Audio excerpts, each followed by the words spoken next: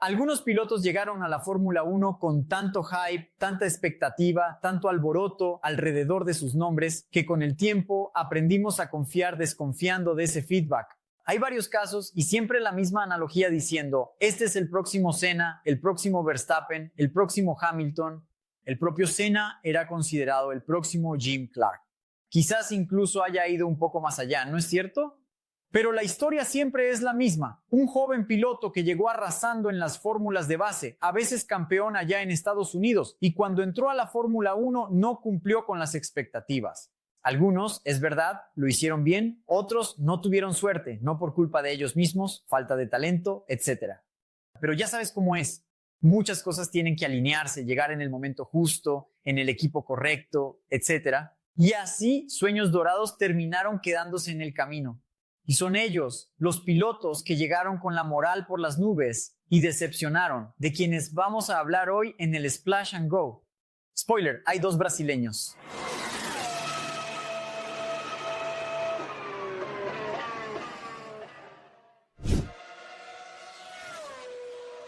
Antonio Pizzonia es apodado por muchos como el Jungle Boy, chico de la selva, porque es de Manaos. Para mucha gente es considerado un talento perdido en la historia de la Fórmula 1. Un talento bruto, mucha velocidad que al final no prosperó. Él comenzó naturalmente aquí en Brasil y recuerdo haber leído sobre él en la antigua revista Cuatro Rodas diciendo, es un tipo que viene de Manaos para correr en São Paulo. Fue subcampeón de la Fórmula Vauxhall Junior en Inglaterra. Ganó 5 carreras y el campeonato de la Fórmula 3 inglesa en 2000 y ahí ya empezó a llamar la atención de mucha gente. En 2001 ganó una carrera en el campeonato de Fórmula 3000, que era la puerta de entrada a la Fórmula 1, cumpliendo el papel que después tuvo la GP2 y que hoy tiene la Fórmula 2.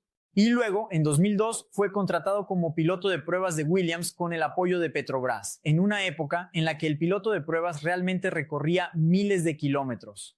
Entonces, es anunciado como piloto titular por Jaguar, junto a Mark Webber, un equipo que en esa época pertenecía al gigante Ford, funcionando como su división deportiva, que nunca terminó de funcionar realmente. Y cuando él llega allí, quien lo había llevado, Niki Lauda, ya estaba de salida y el resultado fue un despido prematuro. Disputa 11 carreras en el campeonato de 2002 hasta ser reemplazado por Justin Wilson. De las 11 carreras que disputó, tuvo 5 abandonos y un 13º, un 14º y un 9º, 3 décimos, un 13º y un 14º como resultados. Luego regresa a las filas de Williams, continúa haciendo pruebas y realizaría sustituciones para el equipo de Sir Frank. En 2004, corrió en 4 pruebas, puntuando en 3 de ellas con 3 séptimos lugares y un abandono. Y en 2005, el último año de Williams BMW. Ese año incluso estuvo a punto de convertirse en titular, llegando hasta el final en una especie de proceso selectivo. Él contra Nick Heidfeld, que aparecerá en esta lista. Al final del año disputa las últimas 5 carreras, debutando en Italia con un 7º lugar y luego logrando un 15º en Bélgica, abandonando en Brasil y Japón, y terminando 13º en China. ¿Sería ese su paso por la Fórmula 1? Para muchos, no estuvo a la altura de todo lo que se esperaba, dado el talento puro que mostró en las categorías de base. Y hay una anécdota graciosa del paso de Pizzonia por la Fórmula 1, incluso antes de debutar, cuando volcó un coche de calle llevando pasajeros a dar una vuelta en un circuito. Dicen algunos que frenó con el coche de calle como solía frenar con el Fórmula 1 y así terminó volcando con la directiva de la empresa a bordo. Para que veas que no es solo con los brasileños que existe eso de el nuevo Senna, el nuevo Verstappen, el nuevo lo que sea. Nick Heidfeld fue campeón de la Fórmula 3 alemana en 1997 y subcampeón de la Fórmula 3000 internacional y llegó a la Fórmula 1 siendo considerado el nuevo Schumacher. Tuvo varios podios, disputó 183 grandes premios, lo cual es suficiente para demostrar que algún talento tenía. Al fin y al cabo, nadie se retira de la Fórmula 1 por tiempo de servicio, pero nunca ganó ninguna carrera. Y en aquella que posiblemente fue la temporada en la que tuvo más oportunidades de ganar, con BMW Sauber en 2008, ya conté la historia de Sauber en este video aquí. En el Gran Premio de Alemania chocó con su compañero Robert Kubica, arruinando la participación de ambos autos. Timo Glock fue campeón de la GP2 en 2007, superando a Lucas Di Grassi y Kazuki Nakashima, dos que también llegaron a la Fórmula 1. Comenzó en 2004 haciendo solo 3 carreras con Jordan. Retrocedió, fue a la GP2, ganó ese campeonato que mencioné y reapareció al volante de los autos de Toyota en 2008 y 2009. Consiguió podios 3 en total, 2 segundos lugares, uno en 2008 y otro en 2009. Y también en 2009, un tercer puesto, con 2 décimos lugares en esos 2 campeonatos como sus mejores posiciones. Después disputó las temporadas 2010, 11 y 12 con equipos muy débiles al volante de los autos deficientes que fueron primero Virgin y luego se convirtieron en Marussia. Pero sin haber hecho mucho más que eso y tampoco habiendo tenido condiciones para hacerlo, su momento de mayor destaque fue posiblemente su protagonismo accidental en la disputa por el campeonato de 2008 en la decisión aquí en Interlagos. ¿Quién no se acuerda? Norteamericano, formado en Red Bull, tercer lugar en la GP2 en 2005 y con un apellido que, traducido literalmente, significa velocidad. Speed. Scott era el sueño de consumo de Bernie Ecclestone para finalmente abrirle las puertas de la Fórmula 1 a América. No funcionó. Siempre corriendo en el equipo B con la esperanza de, quién sabe, algún día subir a la A. Ya hemos visto esa historia varias veces. Speed nunca despegó y tuvo su mejor resultado, un 9º lugar en el Gran Premio de Australia de 2006. Solo que en esa época el 9º lugar no daba puntos y sin puntos siguió hasta el final, que tampoco tardaría mucho en llegar. En la 10ª ronda del campeonato de 2007, cuando corría para Toro Rosso junto a Sébastien Bourdais, fue reemplazado por un tipo que había sustituido a Robert Kubica en BMW Sauber, un tal Sebastian Vettel, que fue puesto por el grupo Red Bull en el coche y el resto es historia. Y Speed se quedaría solo en el apellido como sinónimo de velocidad. Quien no le gusta a Alessandro Zanardi, buena persona no es. Y él pasó por la Fórmula 1 en 2 momentos distintos de su carrera. Primero en 1991 sustituyendo en Jordan. Después 3 carreras con Minardi en el 92, en ambas ocasiones sin resultados destacados. Y luego aparece en el 93 y 94 con una Lotus moribunda, donde aún lograría un 6º lugar aquí en Interlagos en aquella victoria antológica de Senna en 1993. Y entonces cuando Lotus cierra, él se va de la Fórmula 1 para correr en Estados Unidos. Vuelve a empezar todo y gana. Queda tercero en el campeonato de la CART en el 96 y conquista los títulos del 97 y 98, siempre corriendo para Chip Ganassi. Eso llama la atención de Frank Williams, que ya había llevado a Jacques Villeneuve a la Fórmula 1 y piensa, ahí está otro tipo que puede darme resultados. Pero fue una tragedia. Zanardi hizo la temporada completa de 1999 junto a Ralf Schumacher y no sumó ningún punto. Ningún punto marcado, muchos abandonos y como mejor resultado logró un 7º, 2 octavos y un 11º lugar. Entonces volvería a Estados Unidos y en 2001 asumiría un coche de Moulin. Bueno, incluso en el periodo de adaptación ya había conseguido un 4º lugar, pero entonces sufre un accidente terrible. Pierde ambas piernas y pondría fin a su participación en las categorías de fórmula, pero este tipo es invencible. Seguiría compitiendo en GTs con autos adaptados, ganaría pruebas olímpicas y medallas, hasta sufrir otro accidente en bicicleta y hoy en día no sabemos exactamente cuál es su estado de salud. Otro que vino de Estados Unidos en la época de la CART con la moral por las nubes, brasileño, Cristiano da Mata, fue una víctima más de Toyota. Él había ganado el título de 2002 con 7 victorias y, impulsado por un motor Toyota en América, recibió entonces un pase para ir a Estados Unidos, donde el fabricante japonés tenía un equipo que intentaba poner en pie. Lo que pasa es que toda la moral que da Mata tenía con la gestión japonesa no se reflejaba en la gestión del equipo de Fórmula 1. Debuta en 2003, hace la temporada completa, consigue algunos resultados, 2 sextos, 2 séptimos con un coche que se rompía bastante, es verdad. Y hacía su segunda temporada, incluso lidera 17 vueltas en Silverstone ese año, en una carrera en la que Barrichello dio un verdadero espectáculo y ganó. Vuelve en 2004, aún consigue un 6º lugar, pero antes del final de la temporada es sustituido. Y en su lugar vendría otro que podría estar en esta lista, tal vez aparezca en la próxima, Ricardo Zonta. Años después, él ya contó esto en varias entrevistas, que se encontraría con un ejecutivo de Toyota, enviado directamente para reunirse en Estados Unidos, quien le dice: te debemos una disculpa. Sebastián Bourdais fue víctima de dos cosas que han aplastado pilotos a lo largo de la historia: venir de la Indy y además entrar en la esfera de influencia de Red Bull. Que ya sabemos lo que hace con los pilotos. Bourdais era tetracampeón consecutivo de la Champ Car, que antes era la CART, 2004, 2005, 2006 y 2007. Un logro inédito que atrajo la atención de Red Bull, que entonces lo llama para correr en Toro Rosso.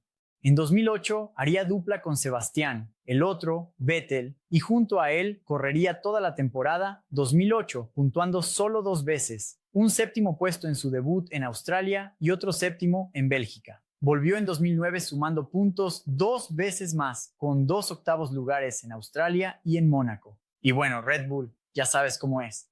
Fue sustituido a mitad de 2009 por alguien que tal vez ni valía la pena, Jaime Alguersuari. ¿Te acuerdas de él? No mientas. Después de eso, él seguiría corriendo. Corre hasta hoy en Endurance y a pesar del currículum de peso con el que llegó a la Fórmula 1, 4 veces campeón de la Champ Car, tenía un título de la Fórmula 3000 antes de todo eso, terminó siendo uno más de esos que llegaron con nombre y reputación, peso pesado, y no logró ir más allá en la Fórmula 1. Campeón de la CART en 1999, ganador de las 500 millas de Indianápolis en 2000 en calidad de novato. Calma, mira, en ese momento las categorías estaban separadas y la Indy no formaba parte de la CART. Ya conté la historia de la Indy en este video aquí, en caso de duda. Montoya fue uno más, sí, que llamó la atención de Frank Williams, quien ya había llevado a Jacques Villeneuve, Alessandro Zanardi, y seguía mirando a Estados Unidos como un lugar donde conseguir pilotos más baratos y ya formados por otros.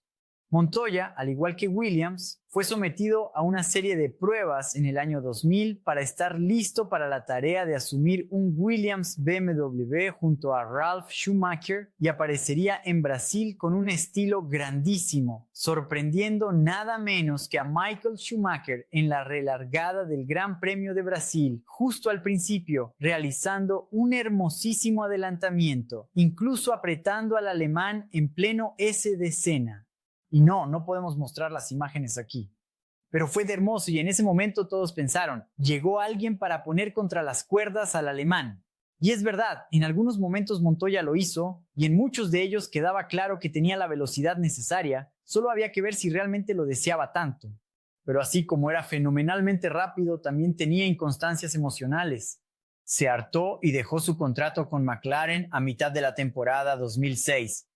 Algunos dicen que su relación se había agriado definitivamente con Ron Dennis cuando sufrió un accidente jugando tenis, que en realidad, según algunos, fue una caída andando en motocross. Pero en su momento, fue el tipo que entre 2001 y 2006, especialmente entre 2001 y 2005, hacía que Schumacher se preocupara y lo obligaba a pensárselo 2 veces antes de entrar en una curva. Y si no correspondió a todo el hype que tenía cuando llegó a la Fórmula 1, tampoco se puede decir que fue un fracaso. Ganó 7 carreras, subió 13 veces al podio e hizo 12 vueltas más rápidas, teniendo como mejores resultados los campeonatos de 2002 y 2003, en los que fue tercero en ambos. Michael Andretti era un punto de tensión en la relación entre Marlboro, Philip Morris y McLaren. Ron Dennis obviamente quería mantener el patrocinio millonario que había negociado con la fabricante de cigarrillos y que le había ayudado a adquirir McLaren de Ted Mayer, fusionando la Project 4, su equipo de Fórmula 2 y 3, con el equipo que estaba medio moribundo McLaren. ¿Todavía voy a contar esa historia en equipos que amamos? Certeza. Pues bien, Philip Morris presionaba a McLaren y decía, voy a poner a este tipo, si no es contigo, será en Ferrari. Y sí, Michael llegó a probar con Ferrari y Ron Dennis se iba esquivando, poniendo como excusa que también estaba trayendo a algunos pilotos de su programa de jóvenes pilotos, como Emanuele Pirro y Mika Häkkinen, pero en algún momento tuvo que ceder a la presión y en el 93 la dupla de titulares anunciada fue Michael Andretti y Mika Häkkinen. Y Senna, ya conté la historia de esa negociación en este video aquí. Michael había sido campeón de la Indy en el 91 y ganó 8 de las 17 carreras de ese campeonato. También contaba con la simpatía de Bernie Ecclestone, una vez más queriendo traer a un piloto estadounidense con posibilidades de ganar. Y así en el 93 fue anunciado como titular. ¿Y a quién le tocó quedarse fuera? A Häkkinen, porque Senna obviamente terminó corriendo y Mika Häkkinen, que después llegaría a ser bicampeón mundial, tuvo que quedarse al margen. Pero no por mucho tiempo, porque Michael cometió una serie de errores, mostraba destellos de velocidad, pero también una gran ignorancia respecto a lo que realmente exigía la Fórmula 1 de un piloto. Nunca, por ejemplo, y hay un documental en YouTube, vamos a poner algunos fragmentos aquí para ustedes, siquiera consideró vivir en Europa, lo que era visto por McLaren y por el mundo de la Fórmula 1 como una clara señal de que estaba subestimando el desafío. Se mantenía lejos de la fábrica, aparecía poco y se perdía en ese ir y venir de un lado al otro del Atlántico. Y la famosa, una frase que recuerdo haber leído en Cuatro Rodas, yo tenía 7, 8 años, de Mario, su padre, diciendo, no creo que Michael tenga que preocuparse por Ayrton Senna. Es Senna quien tiene que preocuparse por Michael. No hace falta decir el tamaño del abismo entre la realidad y lo que ellos pensaban, especialmente en este aspecto. Fue una masacre. Senna estaba en 93 por encima de su propia media, que ya era muy alta, y para el americano no quedó absolutamente nada, sufriendo muchísimo con los autos más avanzados tecnológicamente de la historia. No olvides que el 93 fue el año de la suspensión activa, el control de tracción e incluso la caja de cambios preprogramada, que cambiaba de marcha sola cuando llegaba a las revoluciones deseadas. Y entonces, viniendo de Estados Unidos, donde todo era 100% analógico, sufrió mucho y a mitad de año fue despedido. Pero, como premio de consolación, salió de la Fórmula 1 quizás por la puerta grande, con un tercer lugar en el Gran Premio de Italia, en Monza. Él volvería a Estados Unidos, correría aún de 1994 a 2002, ganaría una cantidad enorme de carreras que ni siquiera puedo contar aquí, y después cambiaría de lado del mostrador, siendo jefe de equipo, la Andretti, que ganó carreras y campeonatos. Incluso Tony Kanaan fue campeón en la Indy con Andretti Green y sigue por ahí hasta hoy, peleando con la Fórmula 1 y de cierta forma hasta logró lo que quería, creando un 11º puesto en la parrilla. Jean Alesi es el talento perdido, máximo, el ejemplo perfecto de la historia de la Fórmula 1. No hay quien haga una lista de aquellos que podrían haber sido, pero no lo fueron, y no ponga su nombre. Fue campeón de la Fórmula 3 francesa en 1987 y subcampeón de la Fórmula 3000 internacional en 1989 corriendo para una tal Jordan. Ya conté la historia de Jordan en este video aquí. Entonces, en el Gran Premio de Francia de ese mismo año, es llamado para sustituir en Tyrrell a Michele Alboreto y de inmediato logra un 4º lugar corriendo en casa. Eso fue suficiente y Tyrrell firma con él para 1990. Debuta y en su primera carrera como titular, corriendo en las calles de Phoenix, Arizona, pelea por la victoria con la todopoderosa McLaren de un tal Ayrton Senna. Toma el adelantamiento y se lo devuelve al brasileño. De repente todo el mundo dice, Dios mío, ¿de dónde salió este tipo? Eso fue suficiente. De repente todo el mundo de la Fórmula 1 estaba detrás de él. Firma un contrato con Williams. Williams deja pasar la fecha límite para anunciarlo. Él se preocupa. Se da cuenta por el movimiento de las placas tectónicas de que lo estaban tomando por tonto, porque Frank Williams intentaba traer a Senna y Mansell para formar un super equipo y él, Alesi, se quedaría fuera. Entonces firma con Ferrari, que en ese momento, en el 90, peleaba por el título contra McLaren. Parecía tener sentido. Pero Ferrari en el 91 sería un desastre. El caso termina en los tribunales, un gran lío. Ya hice un video largo y uno corto. No voy a recordar las portadas para poner aquí para ustedes, pero al final quien saldría perdiendo en esta historia sería Alesi.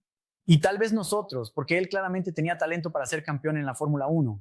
Williams fue tras él, pero terminó luchando por quedarse con Ferrari. ¿Y quién tendría el auto invencible en el 92 y 93? Para Williams.